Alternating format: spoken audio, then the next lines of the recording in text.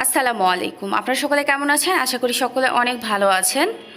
আবারও নতুন ভিডিও নিয়ে চলে আসলাম। বেশ 2-1 দিনের আগেকার ভিডিও, এটা ভয়েস ওভার দিতে পারি নাই, আমার বাসায় মেহমান আসছিল। আর বাসাতে মেহমান আসলে একটু কাজের চাপ থেকে যায়। তো আমার শুরু থেকে যে 4 দিন আমি আপ করেছিলাম, এই 4 দিনে কিন্তু ভিডিও আমি বানিয়েছি, কিন্তু ভিডিওতে ভয়েস ওভার দেওয়া এবং এডিটের কাজ থেকে যায়। তো বাসায় বেশ মানে সদস্য ছিল, যার কারণে আমি ভয়েসটা দিতে পারি নাই। মানে আমার সবার সামনে ভয়েস দিলে কেমন লজ্জা শরমের বিষয় আর কি, মানে কেমন কেমন লাগে। আসলে আমি কারোর সামনে ভয়েস দিই না, আমি নিরিবিলিতে একা একা ভয়েস দিতে বেশি ভালোবাসি এবং আমি মন খুলে কথা বলতে পারি তখন ভিউয়ার্সদের সাথে। তা না হলে মনে হয় কেমন জানি, মানে কেউ থাকলে আর আমি পারি না। সেটা আপনাদের ভাই হইলেও না, আমার ছেলের সামনেও না। যখন ও থাকে তখন আমি সাইডে চলে আসি। তো বর্ষাকালের ভিডিও, পুরা বাসা কাপড় চোপড়ে কিন্তু ভর্তি, এখানে ওখানে কাপড় চোপড় মেলানো আছে। আর যে সাইকেলটা দেখলেন সেটা আমরা বেশ কিছুদিন আগে আমার ছেলেকে আমরা কিনে দিয়েছি, আমার শর্টস ভিডিওতে আপনারা দেখেছেন। তো পুরা বাসা কাপড় কাপড় হয়ে আছে আর আমি এখন রান্না করব। তো আজকেই গেস্ট আসার কথা, আমার ননদ, নন্দাই এবং দেবর। তো আসবে আসবে মানে আসবে আসবে না এরকম বলতেছে। তো আমি বলতেছি ওরা আগে আসুক, আসার পর আমার যা রান্না বাড়া দরকার আমি করব। আর যদিও আসে, আজকে সেরকম ভারী খাবার কোনো কিছুই রান্না করব না, হালকা পাতলার মধ্যে দিয়েই চলে যাব। তো যার কারণে আমি মানে আমাদের নিজের খাওয়ার জন্য, মানে সকালে বলছিল আসবে, তারপরে বলতেছে আসবে না এরকম করতেছে। তো ভাবলাম যে কি দরকার, অ্যারেঞ্জমেন্ট করে যদি আবার না আসে তাহলে মন মানসিকতা সব খারাপ হয়ে যাবে। যার কারণে আমি মানে রান্না খুবই সিম্পল করেছি, জাস্ট আমাদের খাওয়ার জন্য। তো এখানে করলা ভাজি করব আর ডিমটা আমি আগে দেখিয়ে দিয়েছি, এই ডিমটা আমি ভুনা করব। এই দুইটাই আজকে রেসিপি করব। তো করলা ভাজির জন্য এখানে 2টা প্যান বসিয়ে দিয়েছি, একটাতে করলা ভাজি বসাবো আর একটাতে বসাবো ডিম ভুনা। তো বড় কয়রাতে, মানে সিলে যে কয়রাটা মানে দেখতে পাচ্ছেন, ওইটাতে আমি ডিমের ভুনা কিন্তু বসাবো। যার কারণে আমি আস্ত জিরা, তেজপাতা, কাঁচামরিচ, পেঁয়াজ দিয়ে দিয়েছি। আর এখানে মানে গ্যাসের স্পিড খুবই খারাপ, ইদানিং একটু বৃষ্টি হচ্ছে, যার কারণে গ্যাস মানে একদমই মানে ভালো না। দেখতে পাচ্ছেন এখনও পর্যন্ত জিরা দেওয়ার পর মানে তেলটা ভালোভাবে গরমই হয় না, এরকম অবস্থা।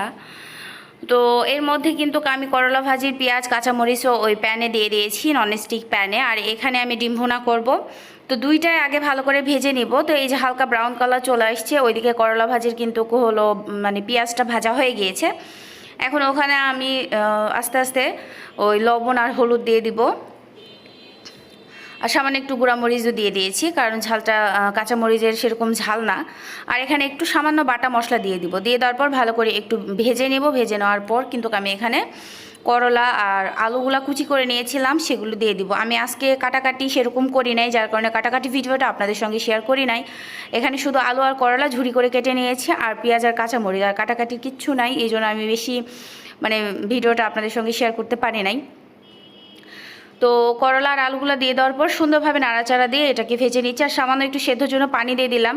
মানে আমার খুব বিরক্ত লাগতেছিল আজকে রান্না করতে, মানে রান্না করতে আসে যেমন আমি নিজেই চিপাই পড়ে গেছি, এরকম একটা অবস্থা। তো মনের দুঃখে আমি এই যে ডিমের ভুনার যে পেঁয়াজটা আমি বন্ধ করে রেখে দিয়েছি, আর রান্নাই করি নাই।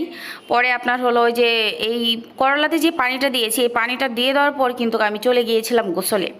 তো গোসল করার মানে সময় আমার ছেলেকে অলরেডি বলেছি, আব্বু একটু চুলায় দেখো তো পানিটা শুকাইছে কিনা তরকারির।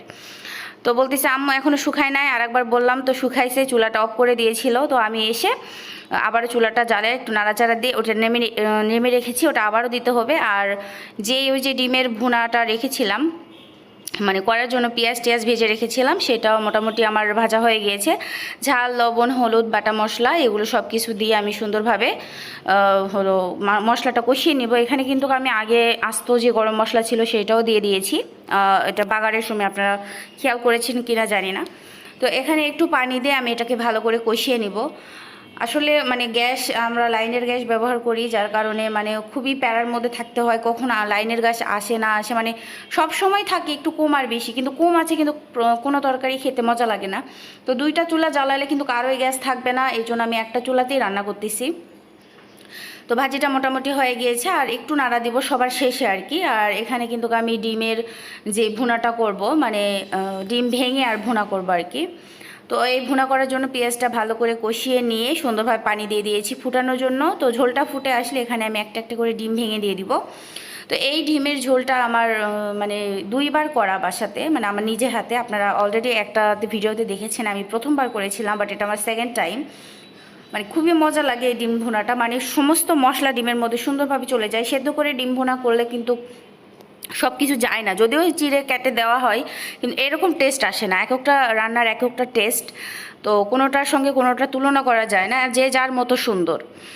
তো এই ডিমটা আমার কাছে বেশি ভালো লেগেছে, তো যার কারণে আমি এইভাবে আবারও ডিম ভুনা করে নিলাম। আর এখানে 5টা ডিম আমি ভেঙে দিয়ে দিয়েছি।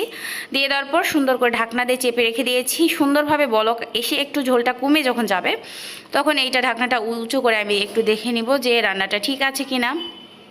আর এই সাইডে তো ফাঁকাই, গ্যাসের প্রবলেমের জন্য 2 সাইডে রান্না করতে পারি নাই। 2 সাইডে রান্না করলে কি হয়, একটু তাড়াহুড়া করে মানে তাড়াতাড়ি রান্নাটা শেষ করা যায়, আমার মানে বসে থাকতে হয় না।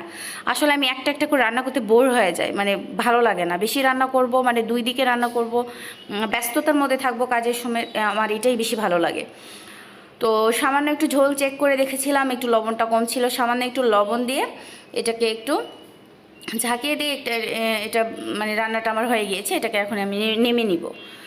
তো এই যে দেখতে পাচ্ছেন রান্নাটার ফাইনাল লুক কতটা সুন্দর হয়েছে, খেতেও মাশাআল্লাহ অনেক সুন্দর হয়েছে। আর এখানে যে করলা ভাজিটা রেখেছিলাম আলু আর করলা ঝুরি করে, মানে খুবই কম ছিল করলা, অল্প একটু করলা ছিল 4টার মতো, 4টা করলা দিয়ে কিছুটা আলু দিয়ে আমি সুন্দরভাবে ভেজে নিয়েছি। তো লবণটা একটু কম ছিল, সামান্য একটু লবণটা দিয়ে সুন্দরভাবে এটাকে ভেজে টেজে নিচ্ছি, নিয়ে এটা আমার রান্না একদম কমপ্লিট হয়ে যাবে।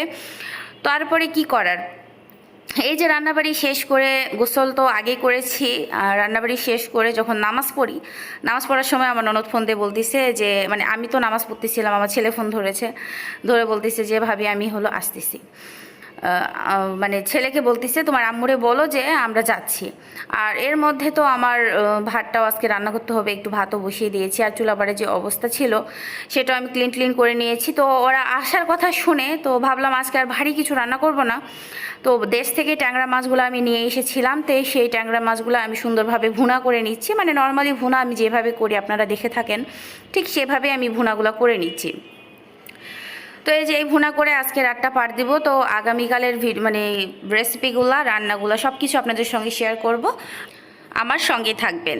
তো এদিকে কিন্তু আমার মাছগুলো ভালোভাবে কষানো হয়ে গিয়েছে। এখন আমি ঝোলের জন্য পানি দেবো, একটু হালকা ঝোল রাখবো, যেহেতু বাসার সদস্য একটু বেশি হয়ে যাবে। ওরা তিনজন আসছিল, আমরা বাসায় 3 জন, মানে ছেলেটা যদিও খায় না তবু ওরে ধরি, কারণ মাছ টাছ মাঝে মাঝে খাই। তো রান্নাটা একদম কমপ্লিট হয়ে গেছে। এখানে টালা জিরা দিয়ে দিলাম, দিয়ে দেওয়ার পর ভালো করে নাড়াচাড়া দিয়ে এটাকে আমি নামিয়ে নিব। তো এই যে ঘরবাড়ি অপরিষ্কার ছিল, সুন্দর করে গুছিয়ে গাছিয়ে নিয়ে সব কিছু একমোকা করে আপনাদের সঙ্গে আবারও শেয়ার করতেছি। তো এই যে রান্নার ফাইনাল লুকগুলো আপনাদের সামনে দেখিয়ে দিচ্ছি। তো এই যে দেখতে পাচ্ছেন রান্নাগুলা করে ডাইনিংয়ে রেখে দিয়েছি। তো আজকের ভিডিও এই পর্যন্তই, দেখা হচ্ছে অন্য কোনো ভিডিওতে। ততক্ষণ পর্যন্ত ভালো থাকুন, সুস্থ থাকুন। ফেসবুকে দেখে থাকলে ফলো দিয়ে রাখুন, ইউটিউব চ্যানেলে সাবস্ক্রাইব করে রাখবেন। তো সকলে ভালো থাকুন, আল্লাহ হাফেজ, আসসালামু আলাইকুম।